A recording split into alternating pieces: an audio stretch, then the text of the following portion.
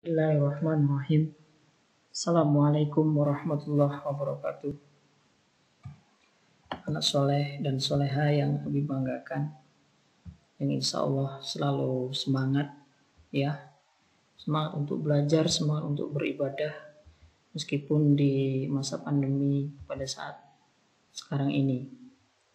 Anak soleh dan soleha, pada kesempatan kali ini Abi akan membahas tentang fikih ibadah, di mana kita sudah masuk di pelajaran 9, yaitu tentang hal-hal yang makruh di dalam sholat.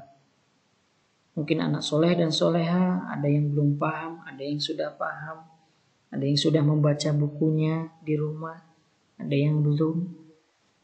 Dan di sini Abi akan menjelaskan apa saja hal-hal yang dimakruhkan di dalam sholat. Sebelum itu, anak soleh bisa dilihat di sini, dibaca bersama. Di sini ada kata makruh. Makruh adalah perkara yang lebih baik ditinggalkan.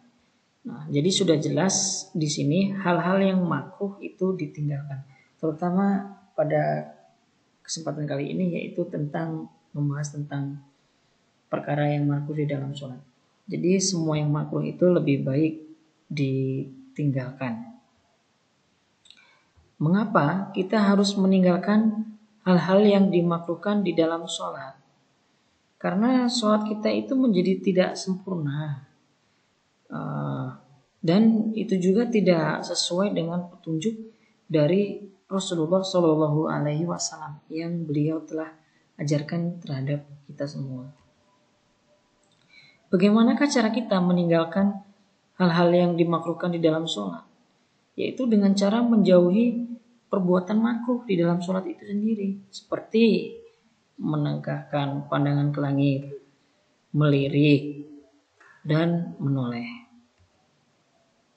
Nah, di sini anak soleh, hadis larangan menengadahkan pandangan ke atas ketika sholat. Jadi di dalam sholat pandangan kita hendaknya ke tempat sujud. Bahwa Rasulullah Shallallahu Alaihi Wasallam bersabda, mengapa ada orang-orang yang memandang ke langit ketika sedang sholat? Mereka tak boleh lagi melakukan itu. Kalau tidak, niscaya penglihatan mereka akan dibutakan. Nah, ini sahih ya, riwayat Bukhari. Kemudian hadis larangan menoleh ketika sholat. Bahwa Rasulullah SAW bersabda, orang yang suka menoleh atau melirik sewaktu sholat ialah orang yang sholatnya dicuri oleh syaitan.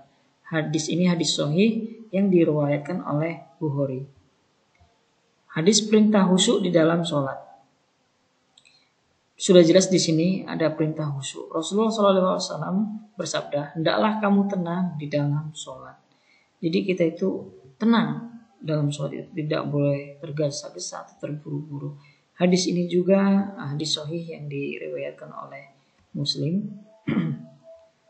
Nah, ini hadis larangan melipat lengan baju ketika sholat. Rasulullah SAW bersabda, aku diperintahkan untuk sujud di atas 7 anggota badan dan untuk tidak melipat baju atau menaikkan rambut yang terurai. Hadis ini sahih yang diriwayatkan oleh Muslim.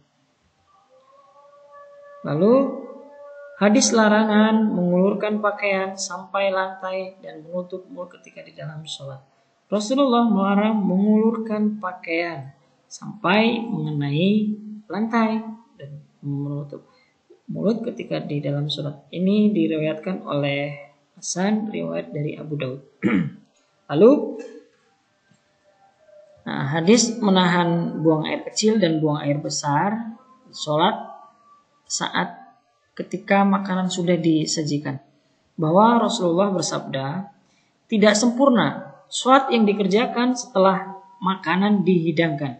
Jadi kalau memang anak soleh dan soleha, orang tua sudah menyediakan makanan, hendaklah kalian makan terlebih dahulu, baru kemudian sholat. Begitu pula sholat seseorang yang menahan buang air kecil atau buang air besar, ya. Jadi ini sudah ada hadis yaitu tentang larangan baik itu buang air kecil dan air besar dan sholat ketika makan udah disajikan. Hadis ini hadis sahih yang diriwayatkan oleh Muslim. Lalu nih hadis larangan saat mengantuk. Apabila salah seseorang kalian mengantuk sedang sholat, maka ia tidur sampai hilang rasa kantuknya. Sahih ya, riwayat Bukhari. Baik, itu saja anak soleh yang dapat Abi jelaskan. Apabila anak soleh mengalami hambatan di dalam mengerjakan LK, hendaklah video ini diulang-ulang. Lalu ketika anak soleh mengerjakannya, hendaklah di pause, baru kemudian di play kembali sehingga dapat melanjutkannya kembali. Terima kasih. Abi ucapkan jazakallahu khair. Assalamualaikum warahmatullahi wabarakatuh.